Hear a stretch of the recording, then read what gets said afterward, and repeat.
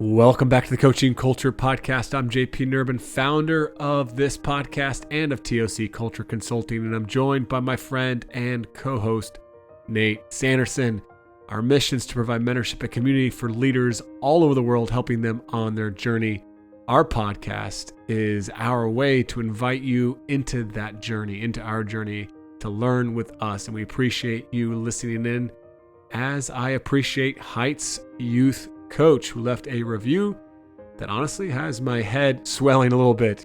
They said, I have been listening to this podcast for the past year and it never gets old. The topics, advice, and anecdotes always find a way to touch on the deeper parts of coaching and interpersonal relationships with players and parents, understand the why of coaching and how to create a positive culture for athletes of all ages is where this podcast separates itself from the rest of the ones out there.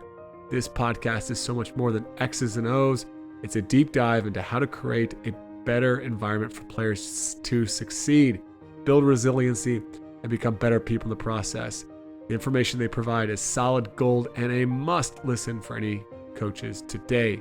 Heights Youth Coach, whoever you are, come on down. Just send me an email and I'll send you some coupons for some free online courses and a couple of books. If you haven't left us a review yet, please do. You can also head on over to tocculture.com to learn more about our mentorship and coaching program for coaches, our online courses, and subscribe to our weekly newsletter, which gives weekly insights into leadership and the notes to each week's episode. Enough of all that. Now let's get into part 2 of our conversation with New York Times bestselling author Daniel Coyle. The metaphor that I go back to over and over again with culture is like, your group is like a flock of birds flying through a forest at high speed, right? And you can't have one bird with a little general hat on saying, everyone turn left here at this tree and then turn right, and then we're going to go underneath that branch.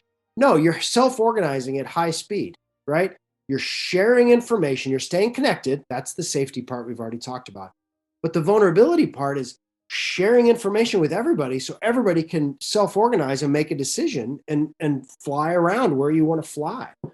And so that's what vulnerability is really about, which has nothing to do with, your childhood or your deep emotions. It has everything to do with you being really, really honest about where you're strong, about where you're weak, about where your team is strong and where your team is weak, and being relentlessly and warmly candid with each other so that you can get better together. I think that's what's challenging about that for athletes and even for coaches and on coaching staffs is that involves a little bit of conflict, right? Like you're kind of putting yourself out there. And I remember I was reading Adam Grant's work recently. He was talking about some studies around conflict and how there's actually a difference in relational conflict. You don't actually want a lot of relational conflict. You want that to be kind of low within the culture. And I think it's kind of, maybe he calls it performance conflict, like where there's disagreements. I think that really kind of, speaks to what you were saying in some of your work, where you say something to the effect of how we should avoid brutal feedback and embraced warm candor. And I hear that and I'm like, okay, I like that. I understand that. But what does that look like in the heat of battle? Like, what's that look like in a game? Yeah, it's a good one. Well, I kind of saw it in a game, actually, this idea. It was a game that happened in a restaurant, of all things. But there's a restaurant called the Gramercy Tavern, and it's, like a really, really, it's like, they're like the Navy SEALs of the restaurant world. And there was a server there named Whitney. It was her first day in the front of the house. And she had spent 6 months at the back of the house, training, shadowing, getting ready for this. And the crowd's lining up out front. And right before the door opens, Whitney's manager leans over and whispers something in her ear. And I'm thinking like, oh, what did he say? This is a big moment, right? This is like your rookie point guard about to go on the field, on the court. And did he say, like, good luck, you can do it? Did he say, I believe in you? What he said was, if you don't ask me for help 10 times today, it's going to be bad. That's what he said. Really interesting, right? Now, it's kind of brutal, sounds kind of hard, right? Like, you're going to make 10 mistakes today. But think more deeply about that message. Don't keep your head down. You are going to make mistakes. I expect that, and that's safe. You're going to ask for help 10 times. And when you do have that feeling of, shoot, I made a mistake, put your head up and look for help because we're here to help you, right? That's a really cool message. It's very candid. It is very candid. It's very clear about the mistakes she's going to make, but it's also very warm because it emphasizes this interconnected team around her that's there to help her. He could have been just brutally honest. He could have said, "You're getting your ass kicked today." Right? That would have been true. Like, she did get her ass kicked that day, right? Like everybody does sometimes. But that would not have been useful. Like, to be a real leader, it's not enough to be brutally honest. Brutal honesty is such a low bar. It is such a low bar. To walk around thinking you're helping your team by being brutally honest without any connection, without any warmth, without any path to the future, without any sense of what the context is just it's just bad coaching. So I think that's why we've seen this change in our coaching world. I think we're all around the same age. But when we were all growing up, who were the best coaches? Bobby Knight was a great coach, and you had all this whole sort of species of this variety of coach that existed across all sports. And it was the authoritarian king who knew everything and who was the source of knowledge and who told everybody what to do in this command and control model. And that was what coaching was. And in our lifetime, we've seen the Bobby Knights get shifted out and the Steve Kerrs rise. And it's not because they're nicer, though they are. It's because it works better. It's because you're actually connecting with that flock of birds and helping them to fly, just like that waiter helped Whitney by saying, "You're going to mess up. And when you do, you look for your team." Bobby Knight would not have said that to Whitney, right? Bobby Knight would have humiliated her and scared her into doing well, which she would have done well for a while. And then she would have burned out and then she would have drifted away, right? That's how that model works. And that model does work. That's the thing. Fear works, authority works, but it only works for like simple problems and it only works for a short amount of time. So, I think now in the world of sports and the world of business, and I'd even say in the world of parenting, um, the landscape we're navigating and the problems we face are so complex that these old ways of just sort of my way or the highway, Bobby Knighting your way through stuff, it can work for a little while, but it's just very poorly suited to solve the problems we face. I want to ask you the other side of that relationship, because I think one of the things that I know, again, the coaches that we work with struggle with is there's a certain appetite, I think, for getting feedback from players or from your assistant coaches about what is this experience really like, and did that practice really go the way I thought it went, as the commander, as the guy that planned it. In the book, you use this phrase a couple different times, that vulnerability precedes trust. And I think that's difficult. You got power dynamics between players and coaches, assistants and head coaches. What are some tips for coaches to encourage more candor from their players and from their assistants? Yeah. Tip one: ask for it in an authentic way. Really say, "I need your help on this. This is take some. You need to take some cracks at this, right? Take some cracks at this." Tip two would be to show the impact of it. When you have your Steve Kerr video guy moment, spotlight it, celebrate it, thank people for their impact. Really finding ways to normalize that, really, because as I say, we're kind of reflexively authoritative, very deferential people.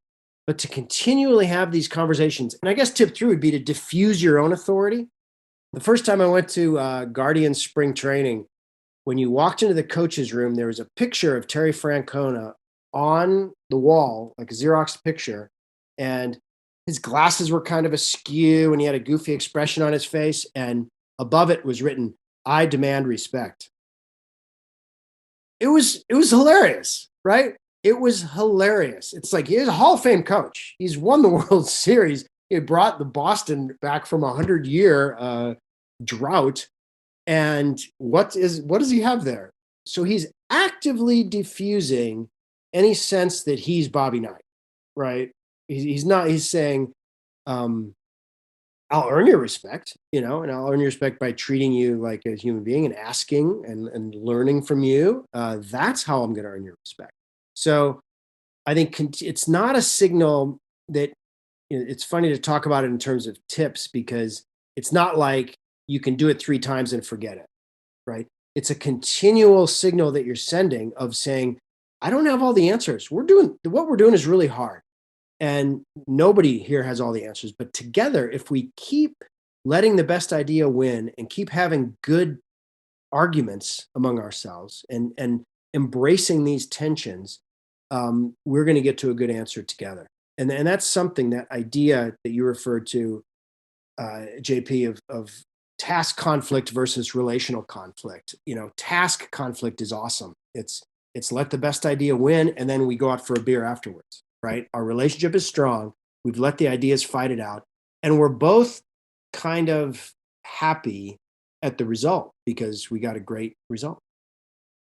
I think what we found, and I think there's a number of anecdotes in both books that would echo this, is that there's a reciprocation there too. Like the more openness that I have to feedback, the more my players are receptive to feedback. And I can think of an example. My first year, last year at Mount Vernon, I put in this, pregame, this is how we want to warm up. And I told our captains, if you guys don't like it, I don't know what's going to fit you guys best. Tell me what you want to change, And so there's this thing we did at the end, and we've done it for the last 3 schools I've been at. We've always done this circle thing. And they're like, Coach, we don't like it. And I said, okay, well, we just need to come up with something where we're finishing together, whatever you guys want that to be. And so they changed it before our first game, and they were happy with it. And then the next practice, we go through it, they do the whole thing, but our effort isn't great, And I said, listen, this is great. I think we've got the procedure down, but now our effort's going to have to be better for us going forward. And I think there was an openness to that because I was open first, right? And so that it's a relationship, like it's a dance, as you describe it, in the book as well. Yeah, it's a relationship where the burden to establish that is on you, right? Like you have to do it first, and you have to normalize that, and then you have to continually normalize that, because if you ever sort of drifted back and they came to you with an idea and you crossed your arms and said hell no, you'd lose all of that, whatever exchange, whatever good conversational journey you were on, you would lose it. So this thing, it's not, we keep reinforcing the same point, that the culture is like this behavioral language that you never stop speaking. Like you're always speaking it with each other, and you're always sending these signals of safety and vulnerability and purpose together over and over again. And hopefully that'll nudge you in a better spot as time goes by. And I think that kind of brings us to the last third here, is this idea of purpose. And again, one of the things that is common in a lot of teams, a lot of organizations do this, is that purpose, we try to put it into one phrase or one mission statement or one document, manifesto is a word we use, what have you. But again, what I took away from the culture playbook is that it's not really the one phrase. It's a tapestry. It's stories, it's artifacts, it's the mantras, and they all communicate a common thread. Why is it that you have to communicate it in so many different ways? Why isn't it enough just to say we cure cancer, we win basketball games, or whatever it might be? I know. Well, again, it goes back to the way we're built. Some of you might be familiar with, some of your listeners might be familiar with the gorilla experiment. Have you ever seen that? It's a basketball one where people are passing a basketball. 5 people are passing a basketball. Some are wearing white, some are wearing black shirts, and you're asked to count how many passes the team with white shirts makes. So you're focused on that. And partway through the experiment, a gorilla walks out in the middle, right in between the basketball players, bangs his chest 3 or 4 times, and then walks slowly away. And then at the end, the quiz is, how many of you saw the gorilla? And the answer is half the people don't. Fully half. It's insane. I mean, I've done this experiment and people can't believe their eyes, and you rewind the tape and there is the gorilla, right? The reason that we have to be so explicit about purpose and so tapestry-ish about it is that we're human beings.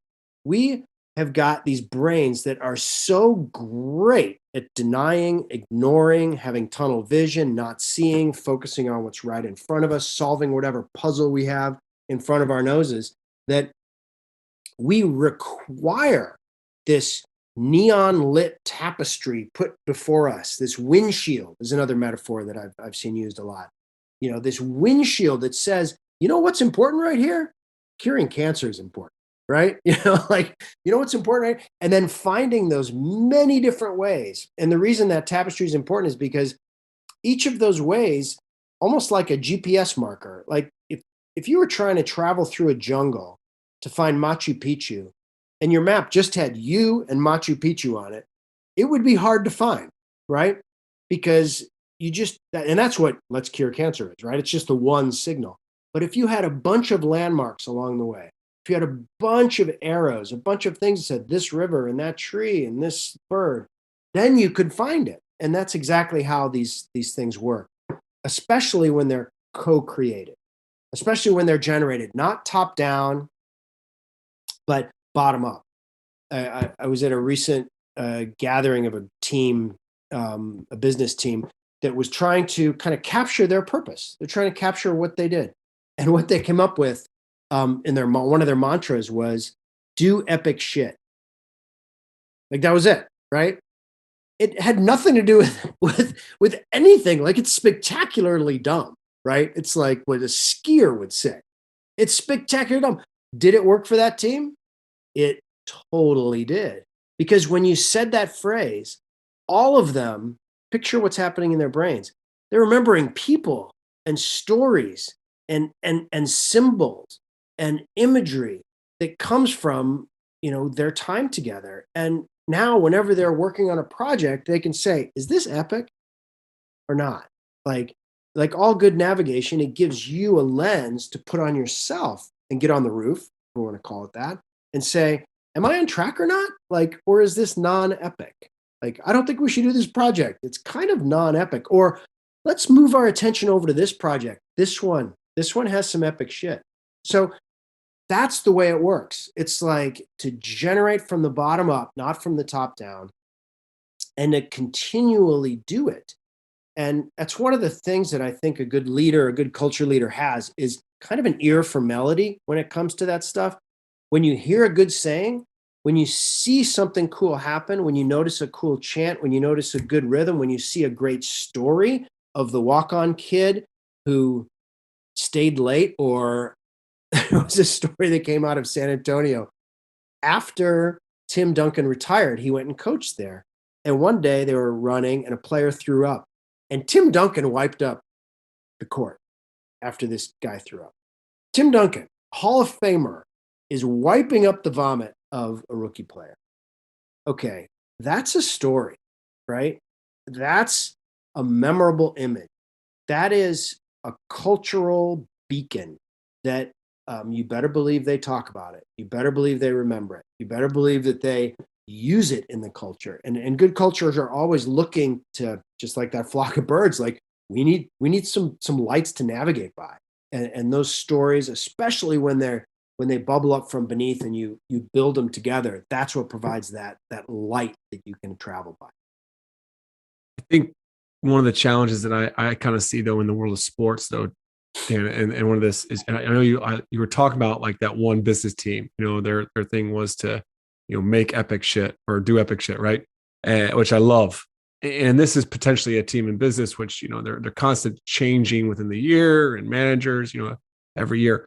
But an organization like the Spurs or in like a college team, let's say, where you're recruiting players in, how do you balance this whole thing of like, well, here I'm the leader. I kind of have to set this vision and purpose with allowing the players to come in and be a part of that process. I really struggle with this, because I think obviously every context is different.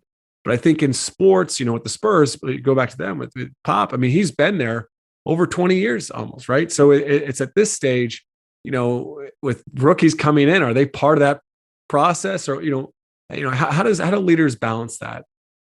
Yeah, I think they think of it very contextually. Every group is different, and every year is different, and the kinds of kids you're getting are different all the time. And you see these, I think good coaches do it kind of half from tradition and instinct and half as kind of an experiment where they're continually learning. Like there was a time where Sam Presti at Oklahoma City Thunder had this thing where they visited this. They took the rookies. Anybody new on the team went to visit the site of the Oklahoma City bombing from 1995, which is a very moving place with all these chairs set on a green lawn. And it was a way of getting them in touch with the soul of the city. This is who we are. This is what we've been through together. This is what when you hear these fans scream for you, this is what they've been through. And, again, doesn't like make sense, really. They're playing basketball.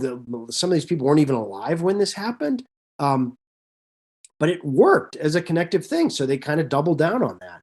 So they take this sort of probing experimental approach where I think part of it is you're trying to have two ingredients. I'd say most of the good ones have two ingredients. One is, here's what's unchanging. Here's who we are at Kentucky. Here's who we are at Notre Dame. And then the other part is kind of customizing to you kids now, right? Who are you now? And what do we want to build together now? So in the fusing of those ingredients and continually kind of exploring around that in that and trying new stuff. There was